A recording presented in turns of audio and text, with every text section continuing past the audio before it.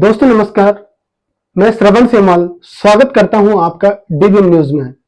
दोस्तों, कहते हैं चिलचिलाती धूप को जो चांदनी देवे बना, काम पड़ने पर करे जो शेर का भी सामना, जो कि हंस हंस के चबा लेते हैं लोहे का चना, है कठिन कुछ भी नहीं जिसके है जी में यह ठना। जी हाँ दोस्तों, यहाँ उक्ति चरितार्थ होती है श्री प्रदीप कोठारी जी पे। प्रदीप कोठारी जी जो एक युवा पेशेवर उद्यमी है और आज के युवाओं के लिए किसी प्रेरणा से कम नहीं है। आपको बता दें कि श्री कोठारी जी का चंबा में एक होटल मैनेजमेंट है जो विजन होटल मैनेजमेंट के नाम से जाना जाता है और श्री प्रदीप जी मूल रूप से चंबा के निवासी हैं। सर, आपका डीबीएम न्यूज में स्वागत है। Thank you. सर, मेरा आपसे पहला प्रश्न करियर को लेकर रहेगा। सर, आप देख रहे हैं उत्तराखंड में और देश में जिस प्रकार की बेरोजगारी बढ़ रही है, उसको लेकर आप क्या कहेंगे सर? जो बेरोजगारी यहाँ पनप रही है प्रदेश में, उसके बारे में। देखिए, देश तो बहुत बड़ी चीज हो गई। अगर प्रदेश स्तर पे या उस स्तर पे देखूं जहां मैं युवाओं को देख रहा हूं, चाहे वो स्कूल लेवल पे हो, कॉलेज लेवल पे हो, जहां से पढ़ने के बाद वो बाहर निकलते हैं, तो बेरोजगारी का एक बड़ा कारण है वो है हमारे जो एजुकेशन सिस्टम है, एक ट्रेडिशनल मोड पे चल रहा है। बच्चे ने बीए कर लिया, उसने हिस्ट्री पढ़ी, उसने ज्योग्राफी पढ़ी, उसने पॉलिटिकल साइंस पढ़ी, लेकिन वो नहीं जानता इसे यूटिलाइज कहाँ करना है। या अगर हम कमर्शियल या प्रोफेशनल कोर्सेज की भी बात करें, उसने अगर बीटेक भी किया है, एमबीए किया है, एमटेक किया है, ऐसे कोर्सेज भी किए हैं, तो उसमें भी उसका ज्यादातर माइंडसेट जॉब सीकर का है। अगर तो उसे प्रोफेशनली कोई कंपनी हायर कर लेती है तो फिर उसे लगता है कि नौकरी है, बट अगर कंपनी हायर नहीं कर पाती है तो उसके अंदर इतनी क्षमता नहीं है कि वो स्वयं से किसी प्रकार का उद्यम स्थापित कर सके। दूसरा, हमारे समाज का एक बहुत बड़ा तबका है जो सरकारी नौकरी के भरोसे बैठा है। आप समाज में जाइए, आप सामान्यतः देखेंगे लड़के 15 साल 10 साल, कुछ नहीं तो 5-6 साल तो रिजर्व रखें कि सरकारी नौकरी की तैयारी करेंगे और निकल गए तो ठीक। देखिए, सरकारी नौकरी बहुत लिमिटेड है ना। आप ये मान के चलिए कि यदि आप गवर्नमेंट जॉब नहीं लगते तो आपके पास सेकंड ऑप्शन क्या है, और लड़के वहां तक का सोचते नहीं है। मैं बहुत बड़े लेवल पे करियर काउंसलिंग किया हूँ, स्कूल्स में जाके, कॉलेजेस में जाके, और जब मैं बच्चों को पूछता हूँ what about the second step, तो उन्होंने पिक्चरों में और मोटिवेशनल स्पीचेस में डायलॉग सुने हैं, always be the best and second place not an option. ऐसा होता नहीं है। सेकंड प्लेस एक जरूरी ऑप्शन है, और हम ये चुन के चले कि जिस लक्ष्य को हम भेद के मान के चल रहे हैं, यदि वो नहीं हो पाया तो दूसरा ऑप्शन क्या होगा।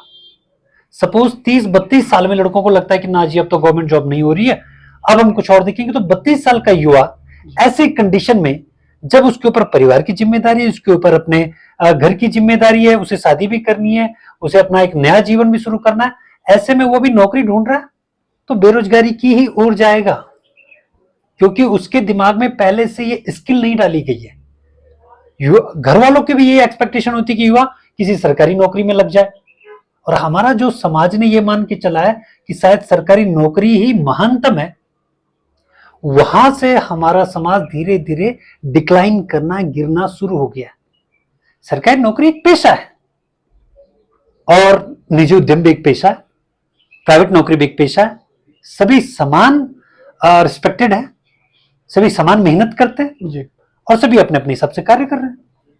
तो बेरोजगारी को यदि हमें कम करना है तो हमें जो हमारा एजुकेशन सिस्टम है उसे स्किलफुल बनाना पड़ेगा, और गवर्नमेंट जॉब को लेकर जो युवाओं की धारणा है कि शायद सरकारी नौकरी वाला राजा बन जाता है, इसे थोड़ा नीचे उतरना पड़ेगा। सर, एक समय ये था कि जब पहाड़ के लोग फौज में जाते थे, उनके अंदर एक क्रेज होता था, देशभक्ति वाला क्रेज होता था।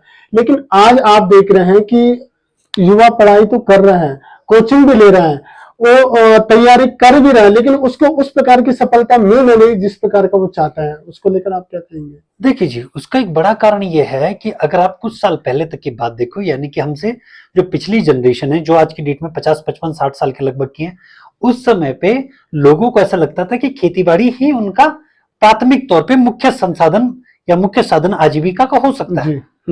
मैंने सुना है अपने जो माता पिता है उनसे, अपनी दादी लोगों से, कि सरकारी टीचर के लिए पकड़ पकड़ के नौकरी लगाने के लिए ले जाते थे जी, ठीक है, फौज की भर्ती में खींच के ले जाते थे कि ना तेरे को फौज की भर्ती में शामिल करेंगे।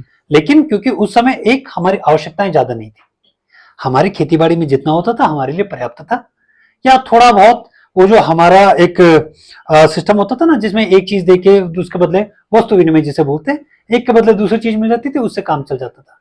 धीरे धीरे हमारी नीड बढ़ी है, नीड बढ़ी है, जरूरत के हिसाब से हमें पैसा भी चाहिए। फिर अगर मुझे अपने घर में फ्रिज चाहिए, एसी चाहिए, पंखा चाहिए, अपने लिए गाड़ी चाहिए, तो मुझे पैसा भी चाहिए। और पैसा अब खेती में उतना रहा नहीं, तो फिर मुझे नौकरी चाहिए। तो उसमें कंपटीशन बढ़ गया। जी पहले कंपटीशन कम था, डिमांड एंड सप्लाई का गेम है जी।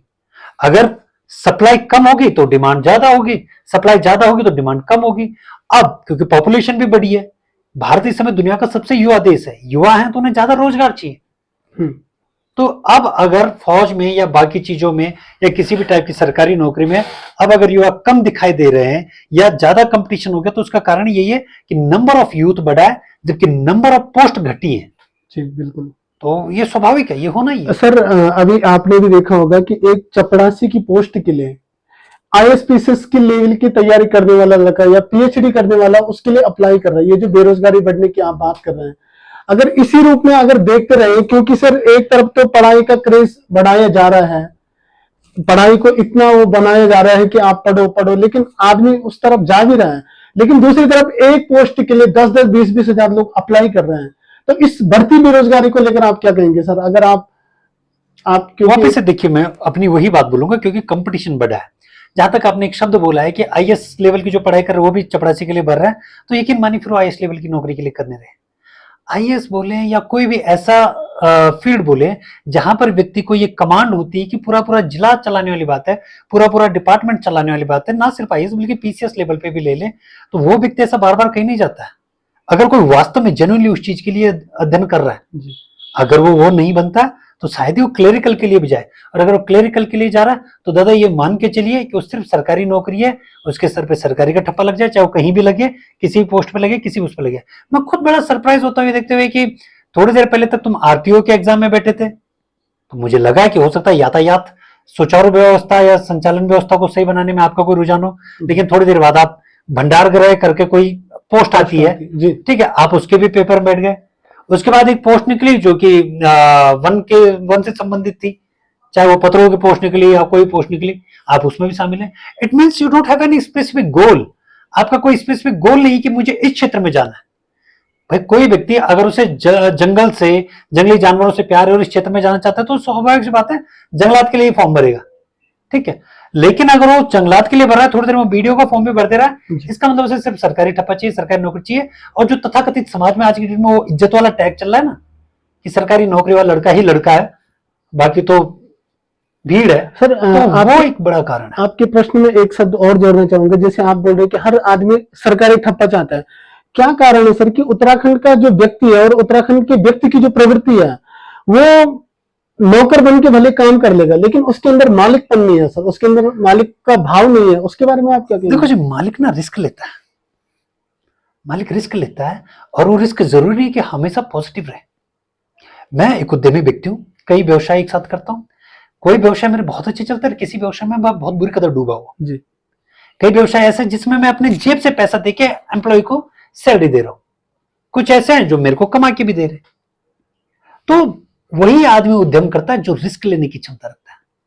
हमारा समाज, हमारे जो पेरेंट है, वो अपने बच्चों को रिस्क लेने देना चाहते ही नहीं है। वो चाहते बेटा कंफर्ट जोन, ऐसी नौकरी बताओ जिसमें ये दिक्कत ना हो कि कल को सरकार बदल गई तो तुम्हारी नौकरी चलाई जाए, पॉलिसी बदल गई तो तुम्हारी नौकरी चली जाए, बारिश हो गई तो तुम्हारा धंधे को लॉस हो गया, या बाढ़ आ गई, आपदा आ गई, कुछ भी हो जाए, तुम उस कुर्सी पे बने रहो, महीने की 30, 35, 40 हजार जो तनख्वाह वो आती रहे। ये कंफर्ट जोन है।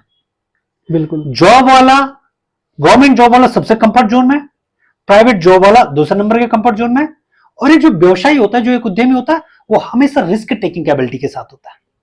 अगर वो रिस्क ले सकता है जी, तो टॉप पे पहुंच सकता है, और वो डम भी हो सकता है। हो सकता है कि उसका व्यवसाय बहुत अच्छा चले, बहुत अच्छा कमाए, और बैंकरप्ट भी हो जाता है। उद्यमी ऐसा भी होता है। बिल्कुल सर। आप आज के युवाओं को जैसे देख रहे हैं, तो आप ये बताइए सर कि अगर कोई अपना बिजनेस शुरू करना भी चाहे, तो उसके अंदर आपने बोला रिस्क लेने की क्षमता नहीं होती, लेकिन आजकल गवर्नमेंट की तरफ से कई योजनाएं चलाई जा रही है इस स्किल डेवलपमेंट को लेकर, रोजगार को लेकर कई चीजें, लेकिन युवा उस तरफ भी नहीं जा रहा है सर। उसके पीछे क्या मानते हैं? देखो जी, दो चीजें होती है। एक, I don't know how to do it, और दूसरा I don't want to do it.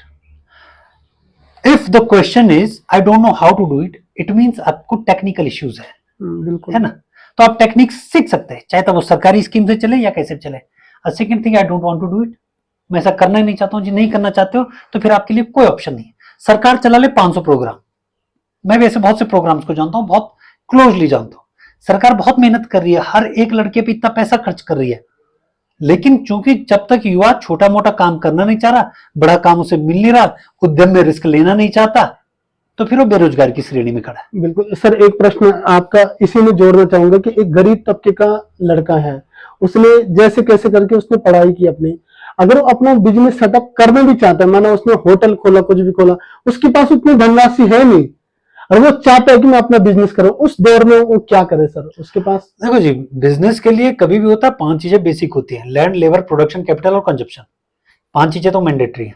आपके पास जगह होनी चाहिए काम करने के लिए, ठीक है, आपके पास काम करने वाला व्यक्ति भी होना चाहिए, आपके पास प्रोडक्ट भी स्पेसिफिक होना चाहिए कि मैं क्या काम दे रहा हूँ, कैपिटल मतलब पैसा होना ही चाहिए, बिना पैसे के कोई उद्यम होता नहीं है, ठीक है। और कंजप्शन यानी कि जब मैंने काम शुरू कर लिया तो इसे यूज कौन करेगा, इसे यूटिलाइज आज की कौन जो करेगा। पीढ़ी है वो आपके 5वें स्टेप पे रुक जाती है, जो आपने मनी वाली बात कही कि वो अगर शुरू करना भी चाहे तो उसके पास कुछ है नहीं सर, क्योंकि उसके पास दिमाग है, उसके पास शरीर है, वो कर्म भी करना चाहते हैं, लेकिन उसके पास मनी नहीं है, वो अपना बिजनेस देखो मैं ये तो नहीं, मैं आपकी इस बात से तो इत्तेफाक नहीं रखूंगा कि 100% ऐसे लोग हैं जिनके पास पैसा नहीं है, ऐसा तो नहीं है, ठीक है।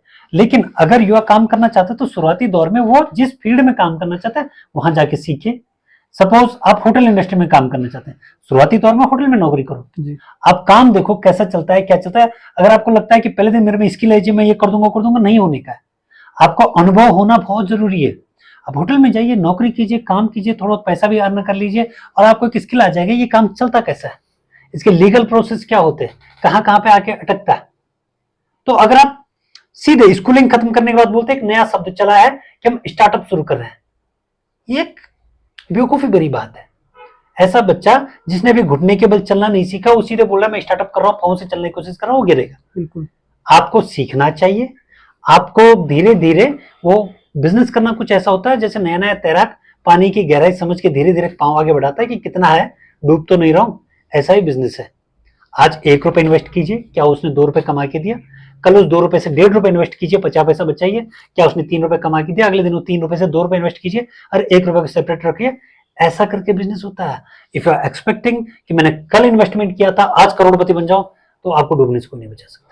सर, उत्तराखंड में हो रही पलायन को लेकर आप क्या कहेंगे सर? जो उत्तराखंड का पलायन धीरे धीरे और भी ज्यादा भयानक रूप ले रहा है, उसके बारे में आप क्या कहेंगे सर? देखो पलायन को लेकर मेरी 2 कॉन्सेप्ट है, 2 अलग अलग थ्योरी है। एक पलायन शाश्वत है, बहुत साधारण सी बात है। उत्तराखंड की जहां तक बात करिए, कभी किसी जमाने में पूरी तरीके से जंगल थे, चाहे वो आप मुगल आक्रांताओं की वजह से समझिए या लोगों की अपनी नीड की वजह से समझिए, धीरे धीरे लोगों ने जंगल काटे और पहाड़ों में आके बसे। शुरुआती तौर पे यहाँ पर ये सिविलाइज्ड कम्युनिटी नहीं थी। हो सकता है कि कुछ आदिवासी लोग रहे होंगे, लेकिन ये सिविलाइज्ड कम्युनिटी जो आज हम देख रहे हैं, अगर आप भी हम गढ़वालियों के इतिहास में जाएंगे तो आपको लगेगा कि कुछ लोग राजस्थान से आए हैं, कुछ लोग महाराष्ट्र बॉर्डर से आए हैं, कुछ लोग बंगाल से आए हैं, कुछ लोग अलग अलग कास्ट के लोगों का ये बैकग्राउंड है, ठीक है। तो अगर लोग वापिस से किसी शहरीकरण में जा रहे हैं तो इसमें कोई बुराई नहीं है, लेकिन जो खतरनाक स्थिति वो है एक्सीडेंटल अर्बनाइजेशन। बिल्कुल। देखो शहरीकरण होना या लोगों का एक जगह से दूसरे जगह जाने में कोई बहुत बड़ी बात नहीं है, पहले भी जाते रहते हैं। आप भी अगर देखेंगे तो आपके एक दादा यहाँ होंगे, एक दादा कोई देहरादून में होंगे, ये पहले भी उतर रहा था। लेकिन जो एक्सीडेंटल अर्बनाइजेशन है, जहां पर एक रैपिडली पूरा पूरा गांव खाली हो गया और वो शहर में जाके बस गए, जबकि उनके पास कोई स्पेसिफिक रोजगार भी नहीं है, उसके पीछे के 2 बड़े कारण है। एक है आदमी की जरूरत, उसे चाहे वो शिक्षा की जरूरत है, चाहे वो स्वास्थ्य की जरूरत है, चाहे पैसा कमाने की जरूरत है, चाहे कुछ भी जरूरत है, लेकिन एक है जरूरत और दूसरा है जी शौक। ये शो करना कि मैं गांव में थोड़े रहता हूं, हम पहाड़ में थोड़े रहते जी, हम तो देहरादून में रहते हैं, हम तो हरिद्वार में रहते हैं, हम तो दिल्ली में रहते हैं। और उसे माइंडसेट में एक ये समझना कि शायद अब हम ग्रेट है, अब हम महान है, क्योंकि दिल्ली में रहने वाला पहाड़ में रहने वाले की बनिस्बत अपने आप को ज्यादा डेवलप्ड, ज्यादा विकसित समझता है। ये उसका एक शौक, एक शो ऑफ है। जहां तक नीड की बात है तो नीड तो पूरी होनी चाहिए भाई साहब। अगर कोई व्यक्ति अस्थमा का पेशेंट है और वो यहां पर जो लगने वाली धुंध है उसे नहीं झेल पाता है, ठीक है, जबकि मैदानी क्षेत्र का कोई ऐसा जगह है जहां पर पॉल्यूशन इतना ज्यादा नहीं है और वहां पर रह के अपनी जिंदगी बचा सकता है तो उसे जाना चाहिए। परिवार का ऐसा युवा जिस पे पूरा परिवार निर्भर करता है और उसे पैसा कमा के परिवार को भेजना है, अदरवाइज 4 लोग जो उस पर निर्भर है उनके पास कोई कमाने का ऑप्शन नहीं होगा तो उसे पलायन करना चाहिए। बिल्कुल। मैं उस बात के खिलाफ नहीं हूं, लेकिन मैं एक्सीडेंटल अर्बनाइजेशन को लेकर बोल रहा हूं कि शहर पे बहुत तेजी से जनसंख्या का दबाव बढ़ रहा है। हमारे पास अब देहरादून में देखिए गाड़ियां ज्यादा है, पार्किंग की व्यवस्था नहीं है, ठीक है, स्कूल्स इतने ज्यादा हैं, फिर उसके चक्कर में बच्चे उतने ज्यादा है और उन्हें क्या रहने के लिए कमरा नहीं है, ठीक है, आपकी पानी की दिक्कत होगी, आपके इवन मैं बताऊं धूप के लेने की भी दिक्कत होगी। बिल्कुल ठीक है, जी। लोगों को ऐसी व्यवस्थाएं नहीं मिल पाएंगी कि वो प्रॉपरली एक भारत में सही जो- जीवन बिता जी, सके। जी। तो एक्सीडेंटल अर्बनाइजेशन खतरनाक है। पलायन एक शाश्वत प्रक्रिया है अगर वो नियंत्रित होकर होती है ना। आप यहां पर भी देख रहे होंगे कि बहुत से लोग ऐसे हैं जो कि दिल्ली के हैं, हरियाणा के, चंडीगढ़ के, उन्होंने यहां जमीनें ली है, वो यहां पर रहने के लिए भी आते हैं, चाहे 6 महीने आते हैं चाहे साल भर के लिए, साल भर में 2-1 महीने के लिए आते हैं, लेकिन वो यहाँ आते हैं तो क्या हम ये मानेंगे वो चंडीगढ़ से यहाँ पलायन हुए? नहीं, वो एक रूटीन प्रक्रिया में चल रहा है। आपसे एक प्रश्न और करना चाहूंगा सर कि जो उत्तराखंड के युवा हैं, आप देख रहे हैं अगर होटल के अलावा उसके पास दूसरा ऑप्शन ना होता, क्योंकि आप देख रहे हैं कि पहाड़ से अधिकतर लोग होटल में ही हैं, अगर विदेश में लोगों के लिए रोजगार न होता तो क्या दृष्टिकोण होता पलायन को लेकर या रोजगार को लेकर आपका? देखिए जी, रोजगार एक महत्वपूर्ण चीज है, ठीक है, परिवार को चलाने के लिए आजीविका चाहिए, आजीविका को चलाने के लिए आपका पैसा चाहिए, ठीक है। होटल इंडस्ट्री, पहले तो हमें उस बात को लेके एक माइंडसेट से है, लड़का होटल में है ये तो बहुत खराब बात है। It's not like that. अगर आप कुछ टाइम पहले के देखिए, भारत के प्रधानमंत्री फ्रांस में गए थे, वहां पर जो उनका शेफ था वो गढ़वाली है, जी। ठीक है। आप जापान में देखिए कितने लोग गढ़वाली हैं। आप, मैं बोल रहा हूँ भारत दुनिया का ऐसा कौन सा कोना है जहां पर उत्तराखंडी नहीं है और होटल लाइन में नहीं है। मेरे एक स्टूडेंट है जो कि इस समय स्लोवाकिया में, उनका पूरे गांव वालों ने अपना एक वहां पे होटल की चेन बना रखी है, रेस्टोरेंट की चेन बना रखी है। कुछ टाइम पहले फेसबुक पे एक वो ट्रेंड कर रहा था जो क्या पट्टी है ये, खास पट्टी करके उन्होंने रेस्टोरेंट्स खोल रखे हैं। तो ये कोई खराब चीज नहीं है, इज्जत के साथ पैसा कमा रहे हैं, पूरी मेहनत के साथ कमा रहे हैं। आपको ऐसा क्यों लगता है कि कंप्यूटर बैठ के काम करने वाला ज्यादा रिस्पेक्टेड है बनिस्बत होटल में काम करने वाला? It's not like that. Her job की, हर प्रोफेशन की अपनी एक इज्जत है। जी। मैं एक संस्थान का डायरेक्टर हूं, मेरा अपना काम है, आप एक पत्रकार हैं, आपका अपना काम है, आपका अपनी जगह सम्मान है, मेरा अपनी जगह सम्मान है। हमारी समस्या ये है कि हम तुरंत तुलना पे आ जाते हैं, ये बड़ा कि ये बड़ा। किसी को बड़ा बनाने की आवश्यकता क्या है? आपका सम्मान अपनी जगह, मेरा सम्मान अपनी जगह। एक दूसरी बात ये कि अगर ये नहीं होता तो फिर हमें अपनी नीड कम करनी पड़ती, या हो सकता है कि हमारी स्किल्स किसी और क्षेत्र में बेहतर डेवलप हो चुकी होती। पता नहीं आप मेरी बात से सहमत होंगे कि नहीं होंगे, लेकिन हर क्षेत्र की ना अपनी कैरेक्टरिस्टिक्स होती है।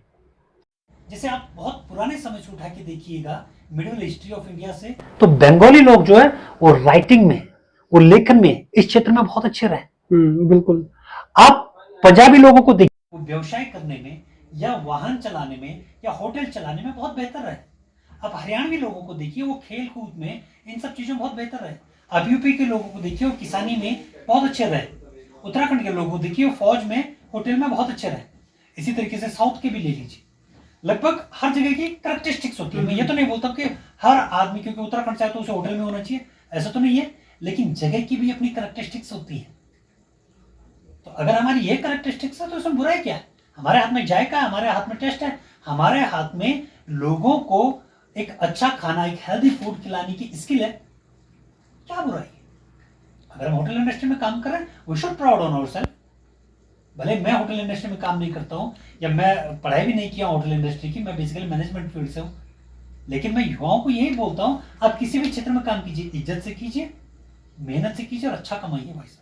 सर, जो विभिन्न आयोगों द्वारा परीक्षाएं की जा रही, चाहे आउटसोर्स के माध्यम से हो या परमानेंट पोस्ट के लिए हो, आप देख रहे हैं आज एक क्रेज बन गया है कि आपने देखा होगा कोई भी लड़की ऐसा नहीं चाहती कि मैं होटल वाले लड़की के लिए जाऊं या पंडित वाले के लिए जाऊं।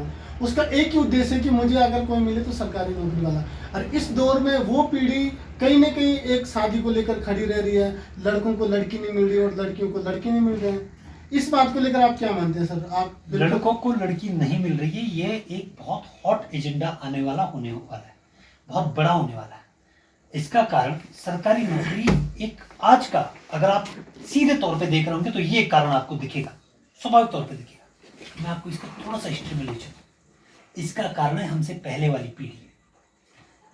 इसका सबसे बड़ा कारण है जिस एज में हम हैं, हमारे जो माता पिता के स्तर की पीढ़ी है, इसका सबसे बड़ा कारण हुआ है आज उनकी संतान इसके परिणाम को भुगत रही है और भुगतना भी चाहिए। 90 के डेकेड में 1990 या 80 से 90 के बीच में एक मशीन आई और उस मशीन के बाद आदमी ने अपने आप को भगवान मानना शुरू कर दिया। मशीन थी आपकी अल्ट्रासाउंड मशीन, जहां पर उन्होंने बोला कि अब लड़का होगी कि लड़का होगा कि लड़की होगी मेरे घर में, ये मैं डिसाइड करूंगा।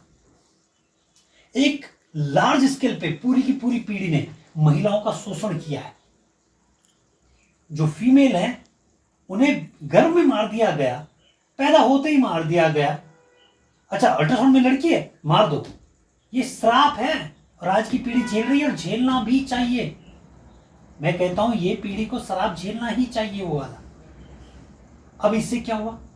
इससे ये हुआ कि आपका जो लिंगानुपात था वो गड़बड़ा गया। अब चूंकि लिंगानुपात गड़बड़ा गया तो फिर वही बात है, डिमांड एंड सप्लाई। अगर ज्यादा पुरुषों पे कम महिलाएं, ज्यादा लड़कों पे कम लड़कियां हैं, उन्हें अधिकार है चूज करने का, उनकी मर्जी है इसको चूज करे या उसको चूज करे, और वो वैसे ही कर भी रही है। मुझे उसमें कोई बुराई नहीं लगती है अगर कोई लड़की बोलती है मुझे ये लड़का पसंद नहीं वो लड़का पसंद है। और गवर्नमेंट जॉब वही बात है, कंफर्ट जोन, जो मैंने आपको पहले बोला ना, कंफर्ट जोन, जिसमें ये है कि कल को अगर इस लड़के को कुछ हो भी जाए, देखो कोई महिला ही नहीं चाहती मेरे से शादी करो जो मर जाए, कोई नहीं चाहती, इस मेरे बात को गलत तरीके से मत लेना, लेकिन देखो वक्त किसी ने नहीं देखा, भविष्य किसी ने नहीं देखा, लेकिन आदमी की अपनी जिंदगी तो सिक्योर रहेगी। कम से कम वो उसे ये लगता है कि मेरे को तो ऐसा है कि पैसा आएगा या मेरे बच्चों के भरण पोषण के लिए होगा, उसके पीछे की एक मानसिकता ही है। यद्यपि उसका एक गलत पहलू या एक दूसरा खतरनाक पहलू ये भी है कि अगर सपोज मैं उद्यम करता हूँ, मेरा एक बिजनेस है ना, मेरी आने वाली पीढ़ी के पास एक प्लेटफॉर्म होगा इसी बिजनेस को आगे बढ़ाने का। क्योंकि नौकरी करने के बाद अगर आप 60 साल बाद भी रिटायर होते ना, आपकी आने वाली पीढ़ी जीरो से ही शुरू करेगी। ठीक है, आप 60 साल बाद रिटायर आ गए तो कोई सरकार आपको ये नौकरी नहीं दे देगी क्योंकि तुम्हारा पिता भी यही नौकरी करता था, तुम भी आ जाओ नौकरी पे। एक पहलू ये भी है, लेकिन हर आदमी को चाहिए आज का अभी का कंफर्ट जोन। आज झेल के कल के खूबसूरत सपने देखना जो कोई नहीं देखना चाहता। आज की मेहनत करके कल हमारा दिन अच्छा हो सकता है। रेयरेस्ट लोग हैं जो इतना बड़ा माइंडसेट रखते हैं, इतना ब्रॉड माइंडसेट रखते हैं, है ना। बिल्कुल सर। सर एक प्रश्न आपसे ये भी करना चाहूँगा सर कि जो आज का मशीनीकरण युग है, आपने देखा होगा पहले चिट्ठी लोग लिखते थे तो महीनों में पहुँचती थी, आज मोबाइल हो गए, जेसीबी हो गई, कई ऐसे उपकरण हैं जो लोगों के रोजगारों को खा चुका है। तो इस, क्योंकि आप एक युवा पेशेवर हैं, तो ये जो असमानता पैदा हो रही है इस चीज को लेकर, आने वाला भविष्य इस चीज को लेकर किस प्रकार का होगा? आप कुछ आने वाले भविष्य के लिए हमें गुजरा हुआ इतिहास देखना चाहिए।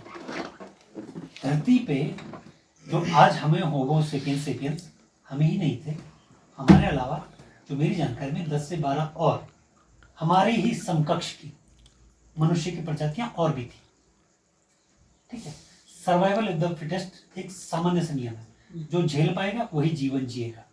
बहुत से ऐसे चाहे जानवर हो चाहे होमो सेपियंस की ही और सहचरी प्रजातियां वो खत्म हो गई क्योंकि वो झेल नहीं पाए।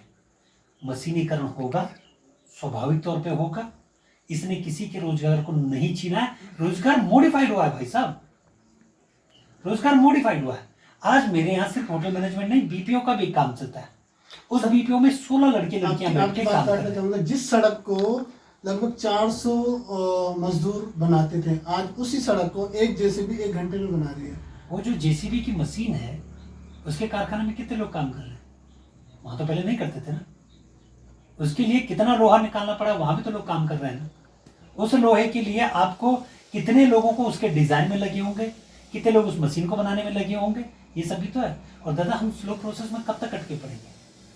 ये बात सही है कि बैल से हल लगाने से हमें ज्यादा टाइम लगता था, शायद 4 लोगों का काम भी उससे चलता था, ये सब भी होता था। लेकिन अगर हम इसी स्पीड चलेंगे तो 140 करोड़ खाली भारत में है, और अभी तो 2021 वाली जनगणना हुई नहीं है। हम तो 11 के आधार पे आंकड़े लगा रहे हैं। हमारी जनसंख्या हो सकता है इससे भी ज्यादा हो। अब हम चाइना से भी आगे हैं जनसंख्या के मामले में। अगर एक रोड को बनाने में 400 मजदूर ही लगे रहेंगे तो रोड कब तक बनेगी?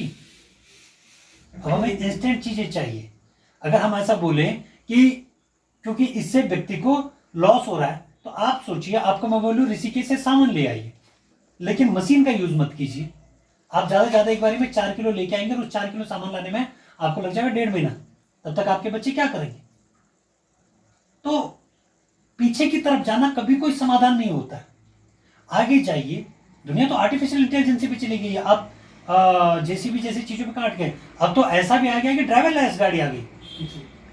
तो हम क्या करेंगे? हम ये बोलेंगे कि अमेरिका इसका प्रोडक्शन मत करना, जापान इसका प्रोडक्शन मत करना, इंग्लैंड इसका प्रोडक्शन मत करना, सर और हम विकास हो रहा है तो कहीं ना कहीं आइसोलेटेड दुनिया में रह जाएंगे। Now we are talking about the global world, जहां पूरी दुनिया एक गांव है।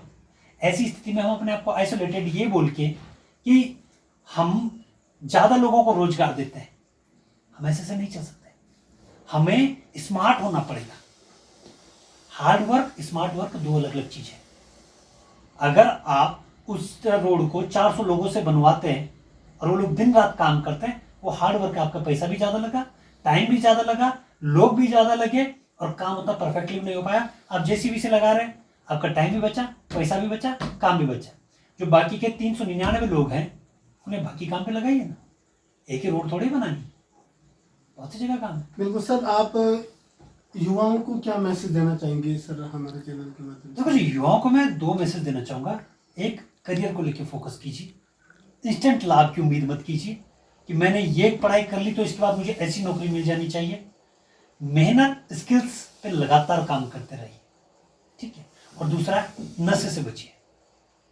लार्ज नंबर ऑफ यूथ, उन्हें लगता है कि शायद सिगरेट पीना, दारू पीना, और मैं तो ऐसे ऐसे नशों का नाम भी नहीं लूंगा, जो कि लोग लड़के जो घर में बैठ के जो तैयार कर रहे हैं, ठीक है। ऐसे ऐसे नशे करके उन्हें लग रहा है कि शायद हम मॉडर्न हो गए। और यूट्यूब पे देखते हैं कि मुंबई के लड़के कैसे जी रहे हैं, दिल्ली के लड़के कैसे जी रहे हैं, रेव पार्टीज कैसी हो रही हैं, और शायद क्या क्या हो रहा है। They wanted to be like their self, वो वैसा बनना चाह रहे हैं, ठीक है। तो नशे से बचिए, और मेहनत का कोई विकल्प नहीं कीजिए, ठीक है। मेहनत कीजिए और स्मार्ट वर्क कीजिए। आप हमारे साथ थे प्रदीप कोठारी जी, और आपने विभिन्न विषयों पर हमारा मुद्दा रखा और युवाओं के लिए मैसेज दिया। फिर मिलेंगे किसी अन्य शख्सियत के साथ। फिलहाल के लिए धन्यवाद, सादर धन्यवाद।